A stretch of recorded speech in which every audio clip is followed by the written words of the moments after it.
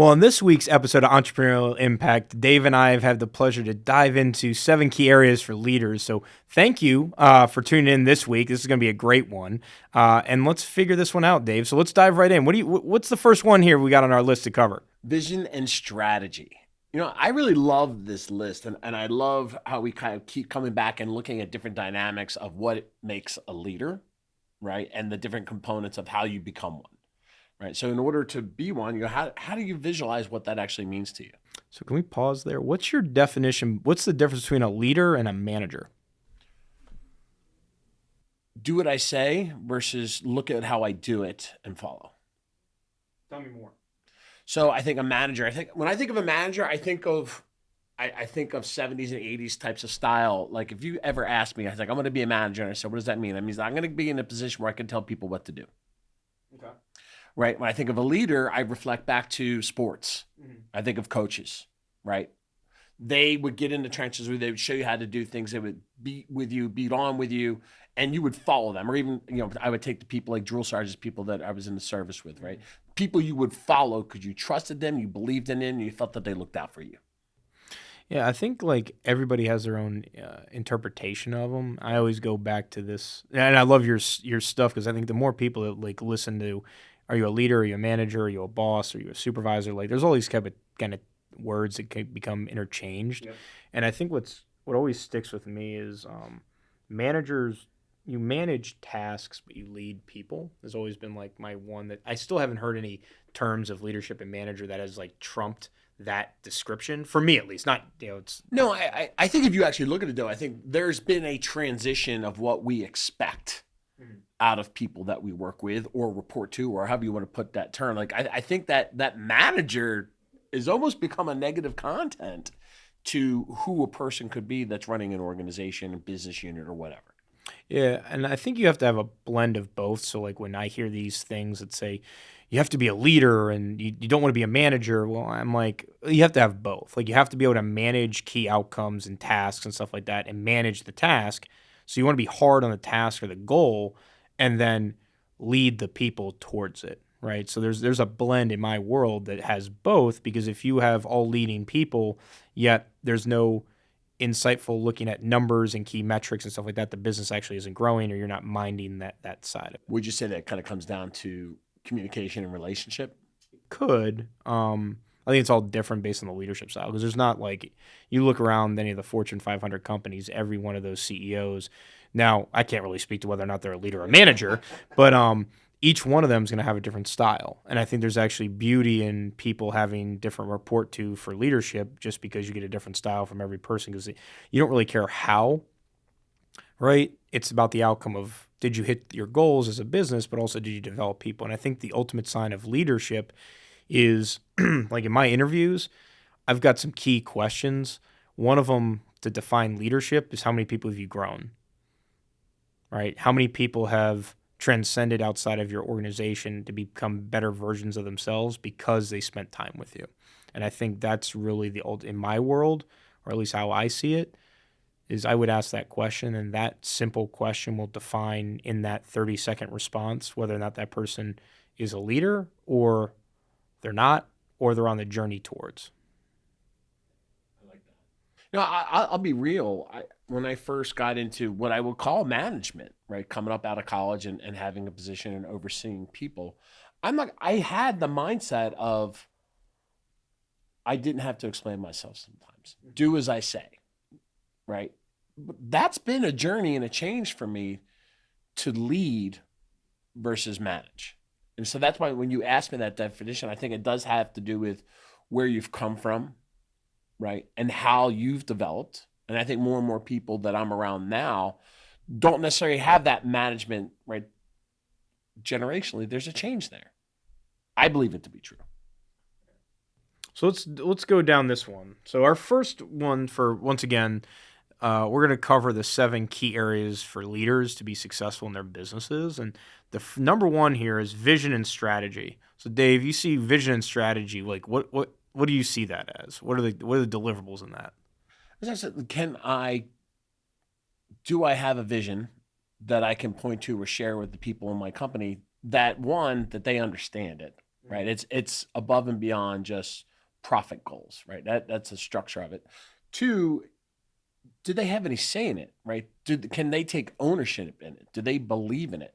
Because if it's my goals or my vision, which it sounds funny because if you start an organization, it's going to be yours, but you have to surround yourself with people that believe in what your goals are too. When I think about vision, people want to understand that there's a better future, that they want to have some type of purpose to your organization, right? So people inherently are going to want to know that their work is more than just like a paycheck. And when you talk about vision, first off, do you understand it? So as the leader, do you understand the vision of the organization? Can you articulate it, and can you align people towards it? And I think there's a huge skill in that, because I could say, hey, the vision is to transform this many widgets or this many consumers, so they have a better way of life and they can spend more time with their families or something like that. That's a terrible vision statement, but I'm winging that one, right? And the key here is that you've got such diverse backgrounds inside of your organization that vision everybody might be able to align to, but in their particular individual lanes, how do you as the leader articulate that this vision has impact to you as a team member? Because if you don't get the buy-in on how this helps them or how they are a part of it, they're never going to feel tied to the vision because they don't personally have any like blood, sweat, and tears in it, if that makes sense.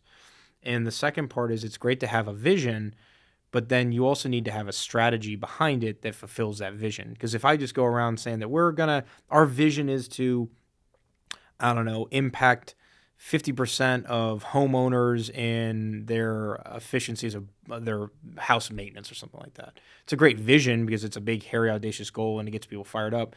But your people on the ground need to know how that impacts them, but then how are they going to execute it, right?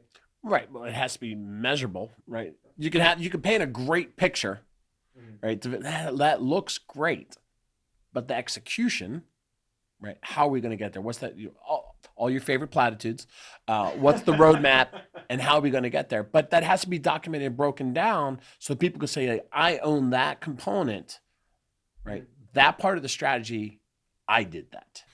So the takeaway on vision and strategy is, as the leader, the vision, like you hear a lot of this from CEOs that they're like, I'm the visionary. And then great, you can be a visionary, but if no one's doing any of the day-to-day or the week-to-week or month-to-month work, then nothing ever comes to it. Right. So the leader has to take full accountability that not only am I the visionary to inspire people to a better future, I also need to align them in the actions that are going to get the vision to come to fruition. Right? So you can't just be one or the other. You got to do both to be an effective leader. So leads into the next number 2 here is key area for a leader is financial statements. How many leaders do you know love financial statements? Not enough, actually. I think that there's a challenge to it. Like, I think there's 2 levels of that. I think people that can get lost in it, right? Then there's people that just don't know how to read it and understand what it's saying on a high enough level, right? But you need to know what your KPIs or what your drivers are that are moving the needle, right? And when you go back to the vision and strategy or who's accountable, how are they moving that needle, right? How is each department or each individual person on your team, your organization, affecting that financial? And yeah, I think when I think about financial statements, there's first off is like, numbers are just numbers if you don't know how to interpret them and be able to understand how you got there or what story you can tell, right? So for the key for like a high-level leader is that you need to know the financial statements at a base level just so that you know that you're being a steward of the numbers and the money of the organization. The last thing you ever want to do, because I've seen this in my consulting with entrepreneurs and small business owners, is that they don't understand financial statements and they don't realize that just because they got cash in the bank doesn't mean they're profitable. And number 2 is I've seen a ton of embezzlement from entry-level staff members because the leader couldn't read a financial statement or wasn't looking at the cash balances or things like that. So like there's a on-the-ground need for it. And then number 2 is, are you able to read the financials to see what the past or the history has been of the organization? What story and narrative can you talk into the future? And then what are those key numbers telling you so that you can make on-the-fly decisions that actually impact the business? Because You cannot have a mission without profitable margin. I was really fortunate early on in my professional career that I had a financial guru. Like he taught me Excel spreadsheets and he taught me numbers and he showed me how things move and literally how a little bit of pressure here or there can change your outcomes. And at the same time, the movement in the numbers themselves, whether unintentional or how they were moving, were affecting numbers upwards and down, right? So there's a micro level component to that I think if you truly understand all of that, helps you understand what you're talking about because you can have fun with numbers and not if you're not paying attention and get lost in it. But really embracing yourself with the numbers and understanding it to that micro level. Not accountant stuff, but right? So takeaway on financial statement, don't be sticking your head in the sand and say, I don't want to know it. Like as a great leader, you're going to need to know financial statements. Number 3 here for great leadership is just business building. What's business building? It's vague. I know, that's what I'm saying. Business building has so many different interpretations. So are you all right? You could be talking about it from building it through numbers, right? Good. Am I increasing sales? Am I building the foundation of my organization for long-term growth? I think business building, this goes back to like why there's so many different skill sets and personalities of CEOs, is that you can get to success in a number of different ways. And when I look at business building, I think to myself, like, who are the key people in my ecosystem? Now, I'm not talking just like the people that I'm in charge of, but everybody that could be a competent rival, right? Okay. And like, what is the market sense of my industry? And do I have key relationships inside my industry and maybe even businesses that are ancillary to my core business? So when I look at business building is like, great, you might be known inside your company, but are you known in the market? Are you known in like the collective, like who's who of your industry at large, not just your local area? Because when you look at business building, it's all about the people, right? Yeah. And when I look at business building, I think, who are the key relationships? What am I known for? And how do I bring value to a key competitor or rival? Because at some point, I'm probably going to have to be in business with them, or it would behoove me to be able to do a merger and acquisition, or I might be able, who knows? I know I'm not going to lose, right? Like that, just not as a leader, I'm not going to lose as a mindset, which tells me that at some point, if I know what that drive is for me, there might be an opportunity that they say, hey, I'm not cool at my current employer, I want to try out something different. So when I look at business building, the first thing that comes to me is, what does your people relationship look like, and what is your database like, and are you known? Yeah, I mean, so that's a fair point. When you look at relationship building, it's internal and external, yeah. Right? I would agree with that. Or do you have the people around you internally that can allow you to grow? Do you have the people around you that you're going to need in the future, or you could partner with in the future? And you brought up a good point. You said like outside the organization and then inside. I think there's also business building that can be done inside the organization just by grooming and helping your current people. Like this is where I believe that leaders need to get out of the white ivory tower and in the ground and in the field. Because if you sit down with some of your key people that are in the field, you're going to find, if you ask great questions, you're going to find out where some efficiencies are. And you're like, wow, I didn't realize we had that efficiency. Let's pour gas on that thing. Right. I think back, there's a George Washington. I don't know the exact quote is, but they just say, "Hey, George Washington, you're a great general. How'd you bet?" And he's like, "Well, I don't know about that, but I surround myself with those that are." Mm-hmm. Right. That's kind of what we're getting to right here. Surround yourself with those, right, that are where you aspire to be, and channel them. Right. That's the talent of leadership, of helping them grow, and you can grow along with them. Right. People get hyper focused on building the best widget in the world and how to create a widget, but not understand business. But you need that person in your world. And I think the cool part about one other thing you could think about, and there's a million ways to grow a business. That's why we could spend probably several days covering that. The piece podcast in the future. Yeah, right. And I think the other thing to kind of look at inside of business building is what are the low hanging fruits that that might be businesses that align parallel to yours that you could actually vertically integrate into your business. right? Because if there's this whole idea of vertical integration that you can capture all kinds of business because you've got the central funnel. And I think the big part is to say, what's my central funnel? What's my core business? And if I dominate the core business, what are the other opportunities that open up because I control that core business? This is another analogy for this or story you could think about is that like this gets brought up a lot in my meetings is like LeBron James might get paid $40 million a year from the Lakers because he's a good basketball player. He gets paid like $250,000 a year from Nike for advertising, right? So his core business is basketball. His ancillary service that he was actually to vertical integrate was advertising based on his name. He was able to make $250 million. Now, forgive the numbers, but throwing it out there. But he doesn't make the 250 from Nike unless he's a good basketball player. So the whole idea behind business building is what are the opportunities that are there inside of your world that if you pull this lever or push that lever or pour some more gas on it and figure out like how do we maximize our revenue with our current people based on what we're known for and what we're efficient and great at doing. Yeah, but that story was told very, very well in that movie Air, right? Because that came from Jordan. Oh, really? Oh, if you look at, he was the first one to kind of have a personally named branded sneaker, right? The Air Jordan, right? And he built that Nike brand. Nike brand was struggling at that time. And they partnered with him because they saw him, the basketball player, to sell the shoes and the merchandising, the brand. And he, in conjunction with them, grew that company, right? That's where he got his wealth is more from that outside of basketball than inside of basketball. And that just goes back to just business building. Where's the opportunity based on the current market share that you currently have, right? All right, number 4. This one's a big one for me. Big, like fire and drive. Number 4 on the list that we're covering today. But I just want to bring up, this is probably, no, not probably, I'm going to take that language out of it. This is, in my world, the most important for a leader to have, fire and drive. Why is that important to you? So my mom always brought up, like, I'll know what your values are based on what you do when no one's watching. So, like, you could say this is your value, but if no one's watching and inspecting, then how do you show up, right?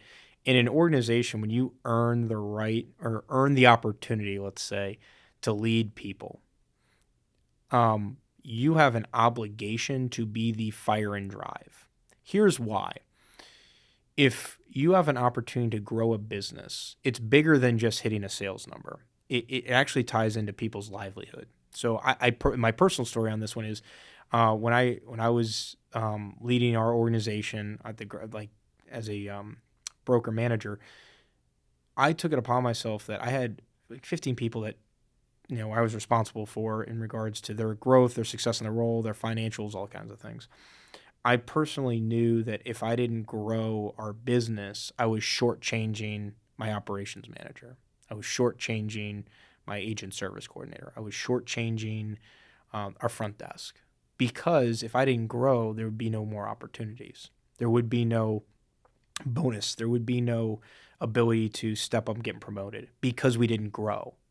But the fire and drive comes from the fact that it was bigger. The cause and purpose was not just to grow for growing's sake. The growing was to be able to give opportunities to great people, to make sure they're gainfully employed, to make sure they're making money so that they can have great lives outside of the office, right? So the cause around fire and drive for any key organization is it's not about, driving forward and blazing a path to say you did it. It's that has serious impact in the people that you're responsible for. And who else is going to do that? I love that the emotion that brings that's so different than lead by example. Yeah, I mean, right. Like if you said to somebody, "Hey, lead by example," there's a passion to it. Do what I say. But you're talking fire and drive. Like that's a completely different personalized vision for yourself. Yeah. Right. Not just for the organization, but for you personally to build the organization. It also comes back to remember this: like humans inherently default to the path of least resistance. That's what happens. So you could also tie this into like humans don't like change. So someone has to cause constructive conflict. So when I look at fire and drive, I think it's my responsibility to cause constructive conflict because I know that person is capable of more. Left to our own devices, this is why coaching is so important, all that kind of stuff for accountability purposes, and that is that left to our own devices, we're going to like go down the path of least resistance. Right. So the fire and drive at the organization level is you set the pace, right? And if you can set a fast pace, you're going to outperform the normal like average Joe, for lack of a better term. And I think that's just important because your colleagues, your coworkers, your teammates, they're going to look to see like who's got the drive, who's got the motor. Hey, when I'm tired and exhausted, who's going to kick him in the backside and say, you got more than that. You're better than that. I have more faith in you. Because sometimes it's just a matter of the fire and drive shows up as I care. I care that I know that you can perform, and I refuse for you to settle. So while you might say, I'm tired, I'm exhausted, blah, blah, blah, that too shall pass. What won't pass is the feeling of regret that you didn't actually take an opportunity and get the deal or land the massive contract or whatever it may be because you were tired or that was hard or I don't like change, whatever it may be. Gotcha. Short term. You didn't believe in yourself. It's a short term thing. So stop settling. And this is why I think the fire and drive comes from me is stop settling for the short term crap and drive. Because you're not going to wake up, you're going to be more proud about yourself that you went through like a pain and suffering type of thing and came out on the other side better than being like, oh, I'm glad I was comfortable.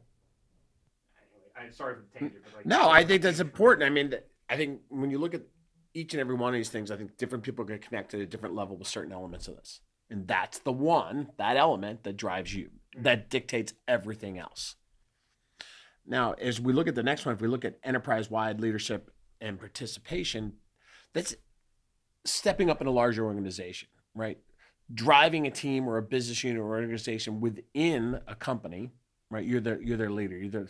But as you become CAO, you work up the ladder. You have to become more generalized and widespread in what you're doing. You're understanding what's happening on the ground at different levels, but maybe not so at the micro level anymore. Yeah, when I look at this one, we were talking about vision, right? Mm-hmm. Well, part of vision and part of the job under vision and strategy for a CEO is alignment.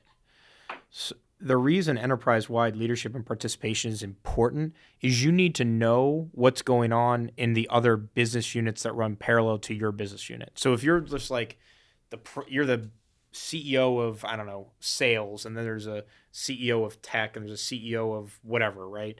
You're going to have multiple different verticals inside the business. Well, if you silo yourself in just your lane, you miss opportunity of like the ease of being able to capitalize on a deal that could just be simply me calling Dave and saying, hey, this is what I got from my metrics and my goals to hit for this year.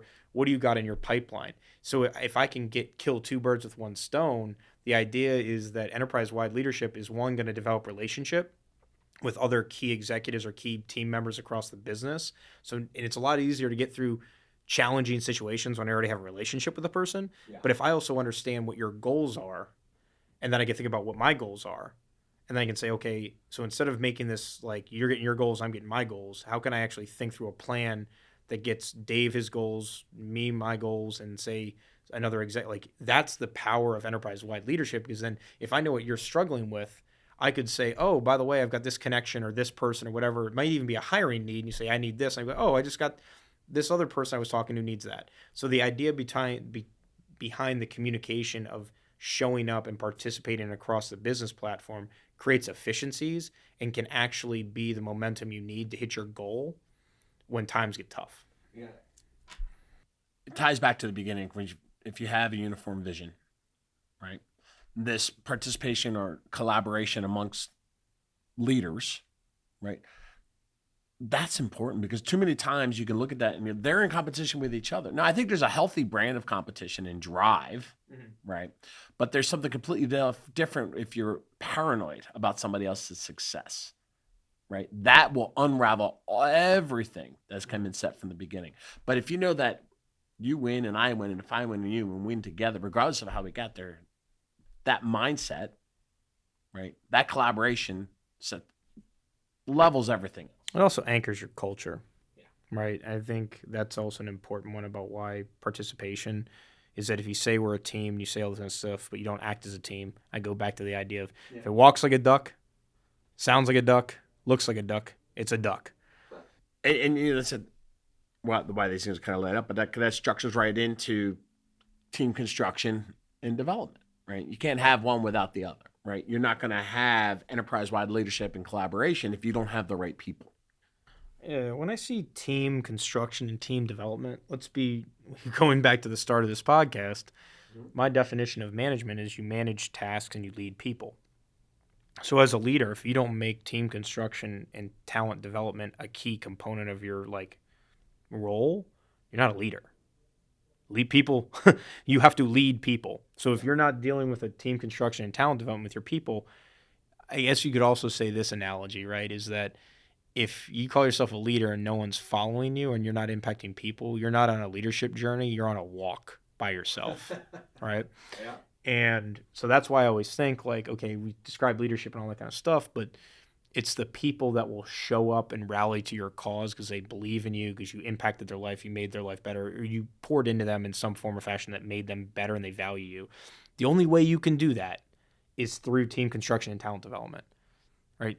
So when you think about team construction, like, yeah, it goes back to your strategy. So if you're saying, here's my vision, here's my strategy, then you have to say, okay, what's my org chart? What's the team construction? Now, some people say, here's the ideal org chart. This is what we need in order to structure the thing. And then you find people that fit those roles. I've also seen team construction happen where they're like, we got great people. And there's people that are just hell-bent on, we got these people, they're great. Let's build our org chart off the current people that we have. Positive and negatives of both sides of it, but you have to basically say as your leadership, what's your style, what's your belief system, how have you gotten success for, and lean into that one. The talent development is the one that's more, in my opinion, standardized, meaning like, are you spending time with your people? Do you know their professional goals? Do you know their personal goals? Do you know what their struggles are? Do you know where they need actually like training and development? Do they need to go to public speaking? Do they need to be better with conflict resolution? Do they need to be better with goal setting? Like, as a leader, yes, I want to know all the great traits of my people so I can always put them in a spot to be awesome. But I also want to know where are their gaps, that if I can help them with education, training, accountability, whatever the thing may be, they would be a better version of themselves. And they could use those traits to be even better in their power zones. And that's when people are going to sit there and say, like, most people don't want to be placated. So as a leader, you got to have tough conversations about, hey, you're a great person. And if we fill this gap and make you a little bit better in this time, you're going to be phenomenal. And when people hear the feedback of, I want you to be better, and I'm not criticizing you for the sake of criticizing, but I'm criticizing because I truly want you to be the best version of yourself, they love that feedback because they're like, damn, no one's ever told me that before. Well, that's great stuff, powerful stuff, and I like that. If you look at this and you kind of touched on culture a little bit there, that every one of these components have a culture component to it, right? Culture is just kind of weaved in through everything that we do when we're building an organization, and we do from the day to day. From vision and strategy. Where's culture play into that? Our financials. Well, if we're above board and honest about what's going on, there's a culture play. Right. This is building. You don't have building blocks without culture at the keystone, at the foundation of what's happening. Your fire and drive, you're passionate about what you be, and everything you touched on is culture based because you want others to be successful together and you want them to grow, and you're putting them above and beyond or in parallel with where you want to go, but they're coming with you, right? Enterprise-wide solution participation. You can't work in silos. You've got to get along together. And the culture is formed and foremost through the right people, right? Always looking for and identifying talent that can help you grow and stay in alignment with who you are in your business. Which comes to the final one, number 7, is systems. Now, we put this one last mainly because there's nothing sexy about systems. It's kind of like mundane. What's the models? What's the processes? I go back to this one idea behind business. If you think about simplistically on like 4 foundations of business, you have to have sales. You don't have sales, you don't have money coming in. Once you anchor your ability to drive sales, you're then able to focus on profit. So if you think sequentially about how you build businesses, I need sales, then I need profit. Sales is like, do I have my value proposition? Do I have people? Am I finding the clients and bringing those in? Now, some of the things we talked about, focusing on sales. As you go into profit, some of the more of the things we just talked about with leadership comes into it. So once you have sales and profit coming in, you then have to go into systems. Because now you have to say what was successful in sales, what was successful in profit, because profit indicates great operations, great culture, retention, all that kind of stuff. The system now says, okay, what did we do to get the sales? What did we do to get the profit?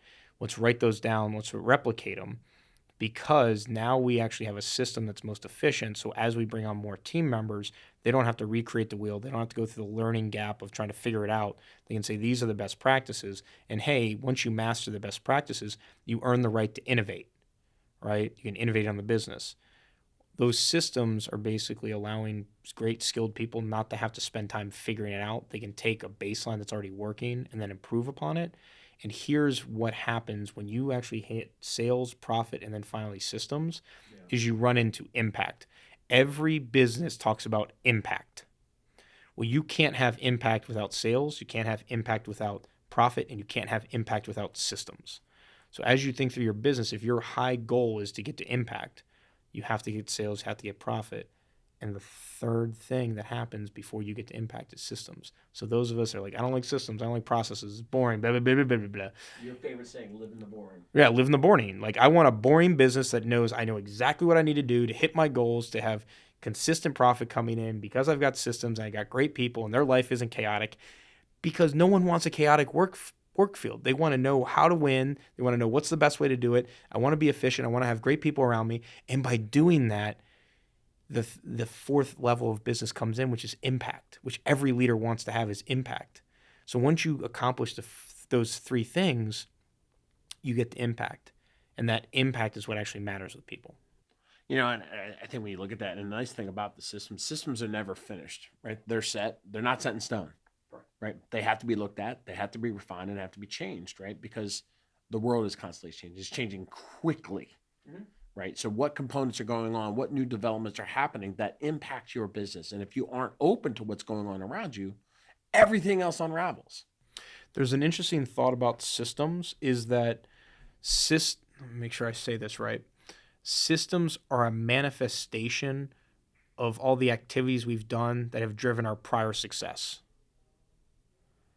What that means, though, is that just because we were successful in the past doesn't mean we're going to be successful in the future. Yeah. So we have to take, in a stagnant moment in time, say, what's our system? Now, the reason this is a system is because we got results out of it in the past. We might have to innovate on it. So that's the whole part about a system. Just because the system's worked for 40 years doesn't mean that we just can't touch it. It means that own it, master it, understand it inside and out, and then be able to innovate on it so you always stay relevant for the future. That's what anyway. Great stuff. I appreciate it, Dave. Well, thanks everybody for tuning in to Entrepreneurial Impact with Dave and I on the 7 areas that all leaders need to focus in on. And until next time, have a great week.